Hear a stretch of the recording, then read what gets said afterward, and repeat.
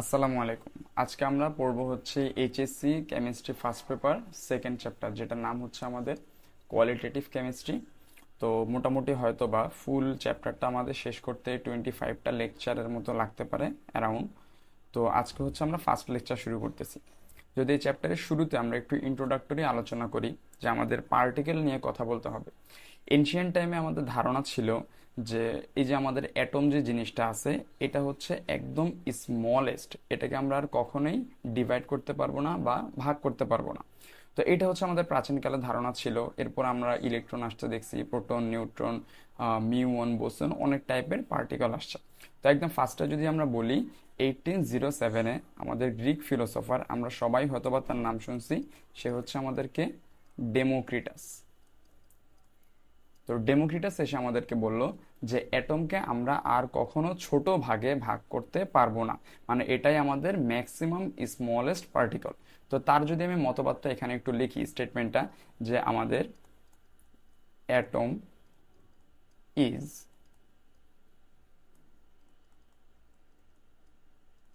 ইনডিভিজিবল, মানে এটাকে আমি আর ছোট ভাগে ভাগ করতে পারবো না। বাট এটা হচ্ছে আমাদের রং ছিল, আমরা সবাই জানি। 1897-এ কিভাবে এটা রং প্রমাণিত হয়েছে, আমাদের 1897-এ স্যার জে থমসন নামে একজন সায়েন্টিস্ট ছিল, থমসন, সে আমাদেরকে ইলেকট্রন ডিসকভার করে দেখাইছে। Electron discover. তো এটা হচ্ছে আমাদের ভুল প্রমাণিত হয়েছে। কোন জিনিসটা? আমাদের ডেমোক্রিটাসের জিনিসটা ভুল প্রমাণিত হয়ে গেছে 1897-এ থমসনের ইলেকট্রন ডিসকভারের মাধ্যমে। তো কথা হচ্ছে যে ইলেকট্রন ডিসকভারটা যে সে করলো, সেটা ছিল কোন টেস্টের মাধ্যমে করলো? যদিও এটা আমাদের পড়ার বাইরে, তাও আমি একবার জাস্ট বলে দিই, সেটা হচ্ছে আমাদের CRT test, CRT for cathode ray test. কারো যদি মনে হয় যে না, আমি একটু অ্যাডভান্স জানতে চাই, আমার পরীক্ষার জন্য না লাগলেও, তখন আমি সিআরটি টেস্টটা ইউটিউব বা অন্য যে কোনো জায়গা থেকে আমি দেখে নিতে পারবো। এনিওয়ে, আমরা পড়ার মধ্যে আসি। 1919-এ আমাদের রাদারফোর্ড, আমরা 9-10-এ যে পড়ে আসছিলাম সায়েন্টিস্ট আর্নেস্ট রাদারফোর্ড, রাদারফোর্ডের মডেল পড়ে আসছি আমরা, সেটা ছিল 1911-এ। আমরা মাথায় রাখবো 1911-এ ছিল রাদারফোর্ডের মডেল। বাট 1919-এ রাদারফোর্ড আমাদেরকে প্রোটন ডিসকভার করে দেখাইছে। প্রোটন ডিসকভার করে দেখাইছে, ঠিক আছে। আর 1932-তে আমাদের স্যার চ্যাডউইক, স্যার চ্যাডউইক আমাদেরকে নিউট্রন ডিসকভার করে দেখাইছে। Neutron, neutron discover. তাহলে আমরা যে মেজর যে তিনটা পার্টিকেলের কথা আমরা সবসময় শুনে আসছিলাম, যে ইলেকট্রন, প্রোটন এবং নিউট্রন, এই তিনটা আমাদের ডিসকভার হয়েছে 1897, 1919 এবং 1932, এই তিনটা সালের মধ্যে। আচ্ছা, ঠিক আছে, তাহলে আমরা সামনের দিকে যাই। সামনের স্লাইডে আমাদের দেখি কি আছে, টাইপ অফ পার্টিকল। আমরা জানি যে নর্মালি আমরা ইলেকট্রন, প্রোটন, নিউট্রন, এই তিনটার নামই শুনে আসছি। কিন্তু কথা হচ্ছে যে এই তিনটা টাইপ, এই তিনটা পার্টিকেল বাদে আমাদের আরো অনেকগুলো পার্টিকেল আছে। তো মোটামুটি আমি যদি পার্টিকুলার টাইপ করতে চাই, সেখানে আমাদের দুইটা টাইপের আসবে, সরি তিনটা টাইপের আসবে। একটা হচ্ছে আমাদের, একটা হচ্ছে আমাদের স্টেবল পার্টিকেল, আরেকটা হচ্ছে আমাদের আনস্টেবল পার্টিকেল, আনস্টেবল পার্টিকেল, আরেকটা হচ্ছে আমাদের কম্পোজিট পার্টিকেল। তো এই তিনটা টাইপের আমাদের পার্টিকেল নর্মালি আমরা দেখতে পাই। তো স্টেবল পার্টিকেল স্যার কারা? আমরা খুব নর্মালি জানি যে স্টেবল পার্টিকেল হচ্ছে আমাদের মেজর যে তিনটা, আমরা সবসময় যে তিনটা পড়ে আসছি, সেটা কি কি আমাদের? একটা হচ্ছে আমাদের ইলেকট্রন, আমি ই মাইনাস দেখাচ্ছি। একটা হচ্ছে আমাদের কি প্রোটন, যেটা আমি পি প্লাস দেখাচ্ছি। আর একটা হচ্ছে আমাদের কি নিউট্রন, এটা আমাদের নিউট্রাল, সবাই মোটামুটি আমরা জানি। আনস্টেবল পার্টিকেল কারা স্যার? যারা হচ্ছে আমাদের অ্যাটমের ভেতরে মাঝে মাঝে এক্সিস্ট করবে, মাঝে মাঝে এক্সিস্ট করবে না, ঠিক আছে, মাঝে মাঝে এক্সিস্ট করবে, মাঝে মাঝে তারা থাকবে না। এই পার্টিকেলগুলোকে আমরা বলতেছি আনস্টেবল পার্টিকেল। তো আনস্টেবল পার্টিকেল নিয়ে আমাদের আসলে সামনে কোনো ধরনের পড়াশোনা নাই, আমরা জাস্ট কয়েকটা এক্সাম্পল মনে রাখবো। সেগুলো কি কি স্যার? সেটা হতে পারে আমাদের মেসন, সেটা হতে পারে আমাদের মিউন, সেটা হতে পারে আমাদের হচ্ছে গ্র্যাভিট্রন, ঠিক আছে। তো তারপরে হচ্ছে আমাদের ইলেকট্রিনো, ইলেকট্রিনো, তারপরে হচ্ছে আমাদের পাইয়ন, স্পেলিংগুলো ভুল হতে পারে, আমরা একটু ঠিক করে নিব বই দেখে, ঠিক আছে? তো কথা হচ্ছে যে এই যে আমরা কয়েকটা নাম লিখলাম, মোটামুটি এই কয়েকটা বা আরো দুই একটা নাম জানলেই আনস্টেবল পার্টিকেলগুলো আমরা শুধুমাত্র এমসিকিউর জন্য কাভার করতে পারবো। Okay fine.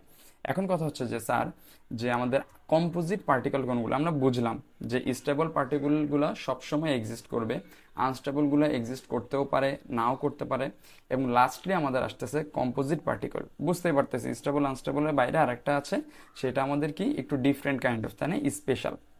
তো কম্পোজিট পার্টিকেলগুলো নিয়ে আমরা যদি পড়তে চাই, এগুলোকে আমরা মোটা দাগে বলতে পারি যে কোনো একটা অ্যাটম থেকে আমি যদি ইলেকট্রন রিমুভ করি, অ্যাড করি, এরপরে আমাদের কোনো যদি নতুন করে কিছু তৈরি হয়, সেটাকে আমরা বলবো কম্পোজিট পার্টিকেল।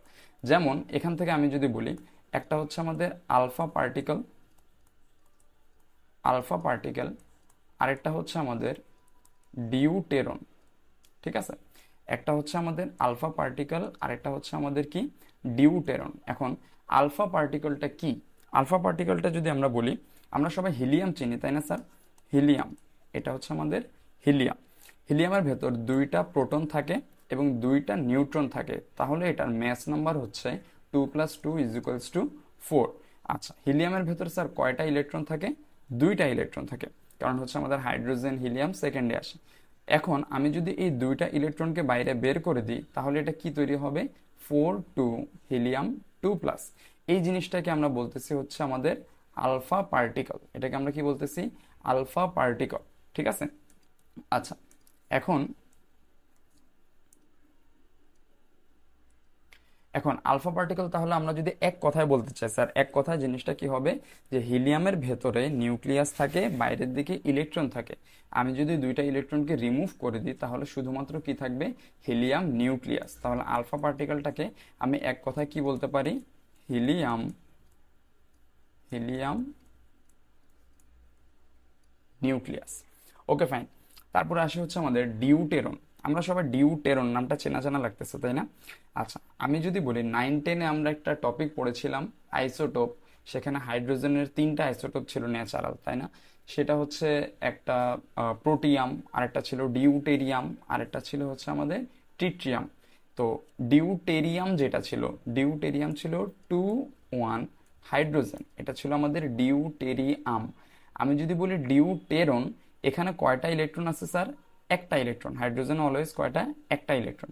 ওই একটা ইলেকট্রনকে রিমুভ করে দিয়ে আমি যদি একটা পজিটিভ চার্জ জানি, তাহলে এটাকে আমরা কি বলবো? ডিউটেরন কণিকা বা ডিউটেরন পার্টিকেল, যেটাকে আমরা কম্পোজিট পার্টিকেলের মধ্যে রাখছিলাম, ঠিক আছে? তাহলে এখান থেকে আলফা পার্টিকেল আর হচ্ছে আমরা ডিউটেরন, এই দুইটা মনে রাখবো। এনিওয়ে, আমরা সামনের স্লাইডে যাই, ঠিক আছে? কোয়ার্ক। এখন স্যার কোয়ার্ক আসলে জিনিসটা কি? এটা আমাদের ইন্টারের সিলেবাসের জন্য কমপ্লিটলি নতুন।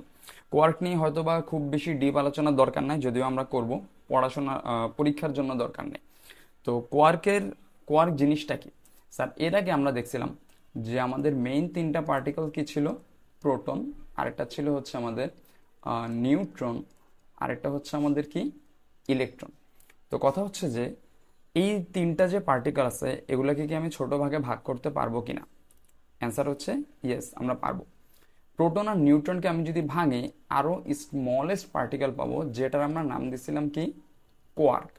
এখন ইলেকট্রন কোথায় গেল? ইলেকট্রন নিয়ে একটু পরে আলোচনা করতেছি। ইলেকট্রন যদি আমরা ভাঙি, ইলেকট্রনকে আমরা ব্রেক করলে কখনোই কোয়ার্ক পাবো না, আমরা অন্য একটা জিনিস পাবো। এনিওয়ে, আমরা কোয়ার্ক নিয়ে একটু পড়াশোনা করি। আচ্ছা, তাহলে প্রোটন নিউট্রন ভাঙলে কোয়ার্ক পাবো, অথবা আমরা জিনিসটাকে এভাবে বলতে পারি, অনেকগুলো কোয়ার্ক মিলে কি তৈরি করবে? প্রোটন অথবা নিউট্রন। এখন কোয়ার্কের আবার দুইটা টাইপ আছে স্যার। পার্টিকেলের যেরকম দুইটা টাইপ ছিল বা 3টা টাইপ ছিল, এখানে কোয়ার্কের আমাদের দুইটা টাইপ আছে। একটা হচ্ছে আমাদের কি? স্টেবল কোয়ার্ক, আরেকটা হচ্ছে আমাদের কি? Unstable quark. স্টেবলগুলো সবসময় এক্সিস্ট করবে, আনস্টেবলগুলো মাঝে মাঝে এক্সিস্ট করতে পারে, মাঝে মাঝে এক্সিস্ট নাও করতে পারে। স্টেবলের মধ্যে আমাদের আবার দুইটা টাইপ আছে। একটা হচ্ছে আমাদের আপ কোয়ার্ক, একটা হচ্ছে আমাদের কি?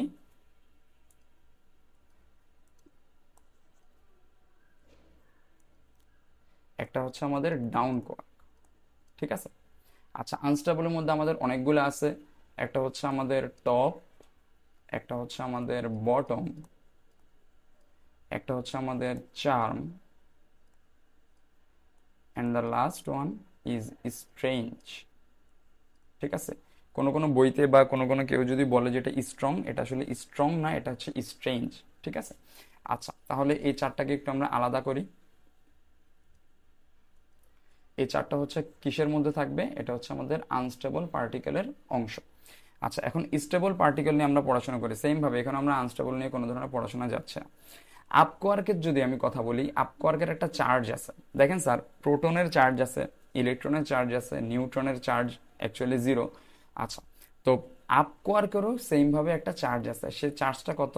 পজিটিভ 2/3। আমি যদি বলি ডাউন কোয়ার্কের চার্জ কত, সেটা হচ্ছে আমাদের নেগেটিভ 1/3। ঠিক আছে, আচ্ছা এখন আমি একটু আসি প্রোটনে। আমাদেরকে প্রোটন কি বলতেছে দেখেন স্যার, আমরা যদি প্রোটনকে ভাঙি, প্রোটনকে আমি যদি ভাঙি, আমরা 2টা আপ কোয়ার্ক পাবো এবং একটা ডাউন কোয়ার্ক পাবো। ঠিক আছে, এটা আমি প্রোটনকে যদি ভাঙি। এখন প্রোটন 2টা আপ কোয়ার্কের মাঝে তৈরি, তাহলে 2 ইন্টু আপ কোয়ার্কের চার্জ কত? পজিটিভ 2/3 প্লাস একটা ডাউন কোয়ার্কের চার্জ কত? 1 ইন্টু নেগেটিভ 1/3, নেগেটিভ 1/3। আমরা যদি এখানে একটু ক্যালকুলেশন করি তাহলে দেখব যে এখানে আসলে পজিটিভ 1 আসে।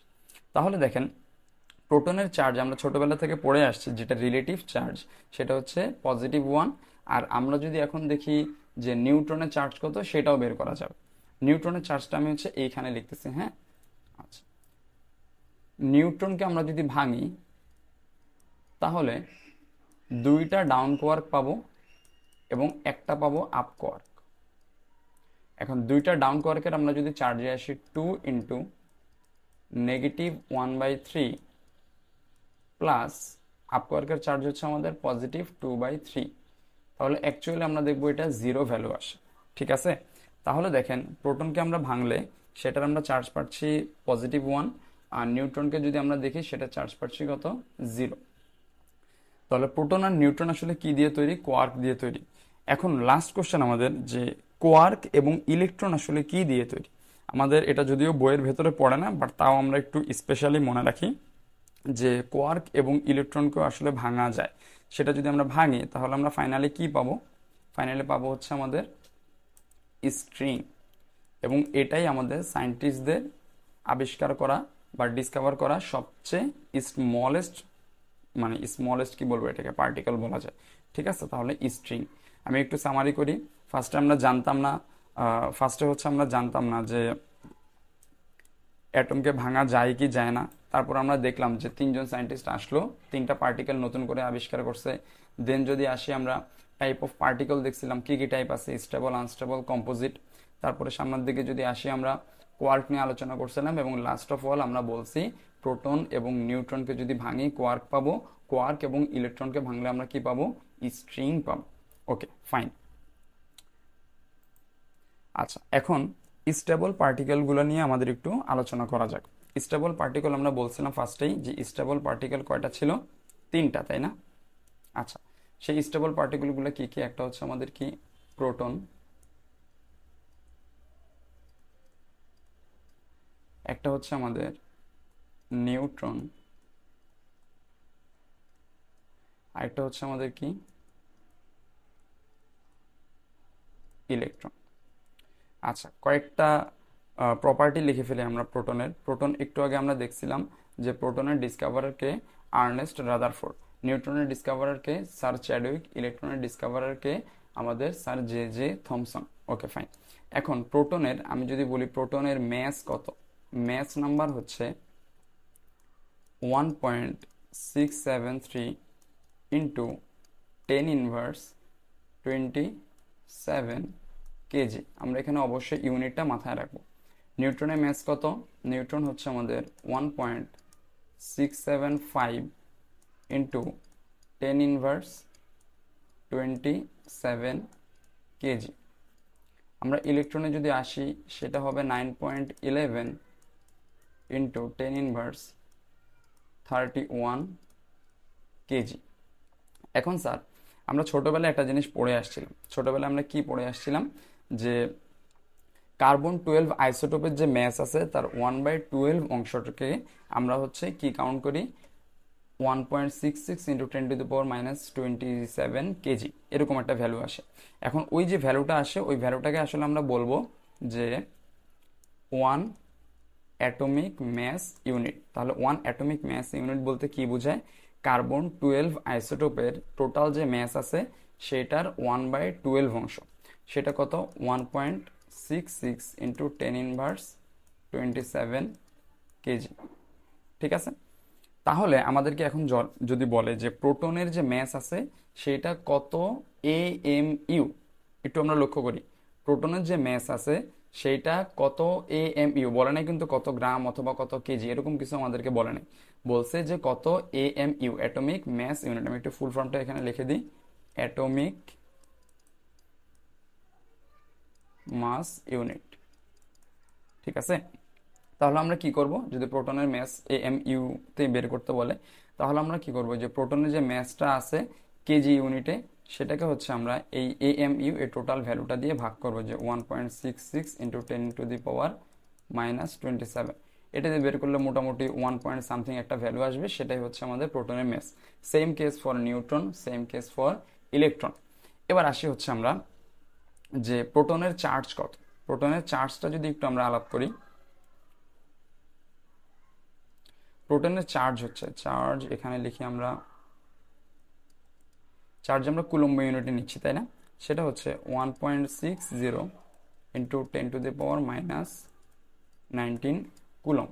আমরা ইলেকট্রনের চার্জ নিয়ে যদি একটু আলোচনা করি, প্রোটনের চার্জ ইলেকট্রনের চার্জ সেম, জাস্ট এটা ছিল পজিটিভ আর এটা হবে কি আমাদের নেগেটিভ, নেগেটিভ 1.60 ইন্টু 10⁻⁻19 কুলম। ঠিক আছে, এখন এই চার্জের আমাদের আবার ডিফারেন্ট ডিফারেন্ট ইউনিট আছে। চার্জের ইউনিটগুলো যদি আমি একবারে লিখে ফেলি, সেটা হচ্ছে 1 EMU is equals to 10 coulomb is equals to 3 into 10⁻10 not -10 ESU। এখন এগুলো দ্বারা আসলে কি বোঝায়, EMU ESU, এগুলো একটু আমরা দেখি। EMU for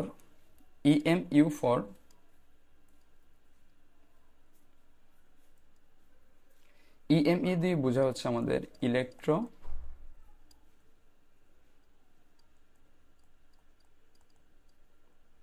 electromagnetic unit, coulomb আমরা জানি ছোটবেলা থেকেই।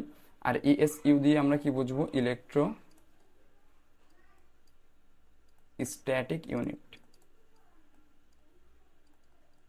ঠিক আছে, তাহলে এখন আমি যদি চাই যে স্যার আমাদের ইলেকট্রনের যে চার্জটা আছে -1.60, বা আমরা প্রোটনের যে চার্জটা আছে এটা হচ্ছে আমি কোন ইউনিটে নিতে চাই, EMU তে নিতে চাই, তাহলে আমরা কি করব, দেখেন কুলম্বে দেওয়া আছে, তাহলে কুলম্বের সাথে যে 10টা আছে এটা হচ্ছে আমি এখানে কি করব, ডিভাইড করব। আমি আবার বলি, এখানে কুলম্ব দেওয়া আছে চার্জটা, আমি যদি EMU তে নিতে চাই তাহলে কুলম্ব থেকে EMU 10টা কি করতে হবে, ডিভাইড করতে হবে। যদি আমি 10টা ডিভাইড করি তাহলে এখানে -1.60 ইন্টু 10⁻20 EMU, এই ভ্যালুটা আসবে আমাদের। ঠিক আছে, এরপরে যদি আসি আমরা যে না আমি চাচ্ছি এখন ESU তে নিয়ে যেতে, তাহলে EMU 1 EMU is equals to 3 into 10⁻10 ESU। এখন আমাদের ভ্যালুটা কোন ইউনিটে দেওয়া আছে, EMU তে দেওয়া আছে, আমি এটাকে এখন ESU তে নিব, যে 1.60 ইন্টু 10⁻⁻20, এটার সাথে আমি এটা গুণ করব 3 ইন্টু 10⁻10, তাহলে ES ইউনিটে আসবে, ESU তে সেটা আমাদের কত, 4.8 ইন্টু 10⁻⁻10 ইলেকট্রোস্ট্যাটিক ইউনিট। তাহলে স্যার আসলে আমরা এই স্লাইডটা যেটা পড়লাম, এই স্লাইডটা আমাদের খুবই খুবই ইম্পর্টেন্ট, কিসের জন্য, MCQ-এর জন্য। বুঝতে পারছি আমরা কিসের MCQ কি আসবে, নিউট্রনের চার্জ আসতে পারে, ইলেকট্রনের চার্জ আসতে পারে EMU তে, ESU তে, প্রোটনের ম্যাস আসতে পারে AMU তে। ঠিক আছে, এই জিনিসগুলো আমরা একটু খেয়াল রাখবো। ফাইন, আমরা পরের স্লাইডে যাই। আচ্ছা, এরপরের স্লাইডে যেটা আছে আমাদের, যে আইসোটোপ, আইসোবার, কিছু ডেফিনিশন নিয়ে আমরা কথাবার্তা বলতেছি। আইসোটোপের কথা যদি বলি, দেখেন আমরা হচ্ছে লেখার সময় এখানে একটা পিটাকে বোল্ড করে দিছি ইয়েলো কালার দিয়ে। আইসো কথাটার মানে এই যে আমাদের আইসো কথাটার মানে, এই কথাটার মানে হচ্ছে আমাদের সেম। আইসো কথাটার মানে কি আমাদের সেম। আচ্ছা, যখন আমি বলবো আইসোটোপ, আমাদের বুঝে নিতে হবে স্যার এখানে আসলে কোন নাম্বারটা সেম। প্রোটন নাম্বারটা সেম, প্রোটন সেম। আমরা কয়েকটা এক্সাম্পল দেখি। হ্যাঁ, প্রোটন সেম কার কার, যেমন আমি যদি বলি যে স্যার 12 কার্বন, এটার প্রোটন কত 6, তাই না? আচ্ছা, আরও একটা কার্বন নিলাম আমি 14 কার্বন, এটার প্রোটন নাম্বারও 6, কিন্তু এখানে নিউট্রন নাম্বার বেশি হওয়ার কারণে ম্যাস নাম্বার 14, এখানে ম্যাস নাম্বার 12। তাহলে দুইজনের মধ্যে কোন জিনিসটা সেম? প্রোটন সেম, কিন্তু ম্যাস নাম্বারটা ডিফারেন্ট, ম্যাস ডিফারেন্ট। তাহলে এই দুইটাকে আমরা কি বলতেছি? একটা আরেকটার আইসোটোপ। আচ্ছা, আরও একটা দেখি আমরা আইসো বার। আইসো বার আসলে আমাদের কি বোঝায়? এখানে হচ্ছে আমাদের mass number, mass number same হবে। এখন স্যার কার কার ম্যাচ নাম্বার সেম আমরা একটু যদি চিন্তা করি, যে সাপোজ আমাদের কাছে আছে হচ্ছে 14 কার্বন, এটা কার্বনের একটা আইসোটোপ। এবার আমি নিলাম হচ্ছে 14 নাইট্রোজেন, নাইট্রোজেনের ম্যাচ নাম্বার 14। তাহলে কার্বনের 14 এবং নাইট্রোজেনের 14 দুইজনের ম্যাচ নাম্বারটা সেম, দুইটাকে আমরা কি বলতে পারি? একটা আরেকটার আইসো বার। তারপরে আসি আমরা আইসোটোন, এখানে আমরা একটা বোল্ড করে দিচ্ছি, সেটা কি? এন। এন দিয়ে আসলে আমরা কি বুঝতেছি? এখানে neutron number same, neutron same. তাহলে নিউট্রন কার কার সেম হয় আমরা যদি একটু চিন্তা করি। নিউট্রন নাম্বার, সাপোজ আমি এখানে বলতেছি যে 23 সোডিয়াম, 23 সোডিয়াম, এখানে 11 লিখলেও হবে, না লিখলেও হবে, সমস্যা নেই। 11 নাম্বার প্রোটন, তাহলে এখানে আমি নিউট্রন নাম্বার কত আছে? 23 মাইনাস 11 মানে 12, তাই না? এখন আমি যদি আরও একটা ইয়ে নিই, 24 ম্যাগনেশিয়াম, ম্যাগনেশিয়াম আমাদের প্রোটন নাম্বার 12, ম্যাস নাম্বার 24।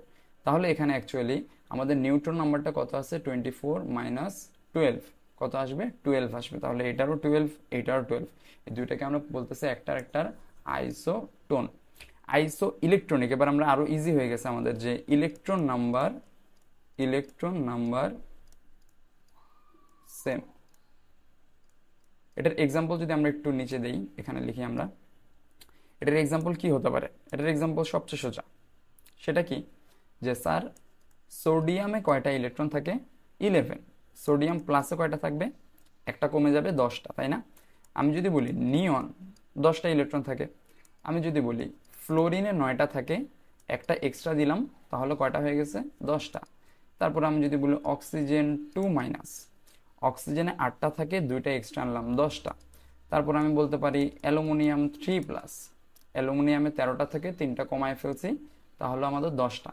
তাহলে এই প্রত্যেকটার ভেতরে, প্রত্যেকটার ভেতরে আমাদের কয়টা করে ইলেকট্রন আছে? 10টা করে ইলেকট্রন আছে। একটা আরেকটার আমরা কি বলবো? আইসো ইলেকট্রনিক। লাস্টলি, যেটা ইদানিং আমাদের এক্সামে খুব বেশি আসে, বাট এটা আসলে আমাদের বইয়ে এটা নিয়ে কোনো আলোচনা নাই, সেটা হচ্ছে আমাদের আইসো ডায়াফার। আচ্ছা, আইসো ডায়াফারটা কি? আইসো ডায়াফার মানে দেখে বোঝারও উপায় নেই এখানে আসলে যে কোন জিনিসটা সেম বা কোন জিনিসটা আইসো। আচ্ছা, আইসো ডায়াফারটা আমরা মনে রাখবো যে প্রোটন এবং নিউট্রন নাম্বারের যে ডিফারেন্স, প্রোটন নেগেটিভ নিউট্রন অথবা নিউট্রন নেগেটিভ প্রোটন, যেটাই বলি না কেন, এই দুইটার মধ্যে ডিফারেন্সটা, যেটা ডিফারেন্স যদি আমাদের সেম হয়, তখন আমরা এই দুইটাকে একটা আরেকটার আইসো ডায়াফার বলতে পারবো। ফর এক্সাম্পল, আমি বললাম যে এখানে হচ্ছে আমাদের সোডিয়াম আছে, সোডিয়াম 23। স্যার এখানে নিউট্রন নাম্বার কত আর প্রোটন নাম্বার কত? প্রোটন হচ্ছে আমাদের এখানে আছে কতটা? 11, তাই না? প্রোটন হচ্ছে আমাদের 11। আমি যদি বলি এখানে নিউট্রন কতগুলো আছে? 23। আচ্ছা, তাহলে সরি, প্রোটন নিউট্রন হচ্ছে আমাদের কতগুলো আছে? 23 মাইনাস 11, তাই তো? সেটা আমাদের কত? 12। তাহলে আমি যদি বলি ডেল্টা পি এন, মানে প্রোটন নিউট্রন নাম্বারের ডেল্টা ডিফারেন্স, সেটা কত? 12 মাইনাস 11 ইজ ইকুয়ালস টু কত? 1। ঠিক আছে। সেম ভাবে আমি যদি আরো একটা এলিমেন্ট নিই, সেটা হচ্ছে আমাদের কত? 27। 27 কে অ্যালুমিনিয়াম, অ্যালুমিনিয়ামের প্রোটন নাম্বার 13। তাহলে এখানে প্রোটন আছে 13, নিউট্রন আছে কত, নিউট্রন 27 মাইনাস 13 মানে অ্যাকচুয়ালি কত 14। তাহলে ডেল্টা পি এন এটা কত আসবে আমাদের 14 মাইনাস 13 ইজ ইকুয়ালস টু 1। তাহলে এটাকে আমরা দুইটাকে পরস্পরের কি বলবো, আইসো ডায়াফার। হোপফুলি আমাদের এই স্লাইডটাও ক্লিয়ার হয়ে গেছে, ঠিক আছে। আচ্ছা, তো রাদারফোর্ডের মডেল আমরা হচ্ছে নেক্সট দিন পড়বো। আজকের লেকচার আমাদের এতটুকুই থাকবে। সবাইকে থ্যাংক ইউ।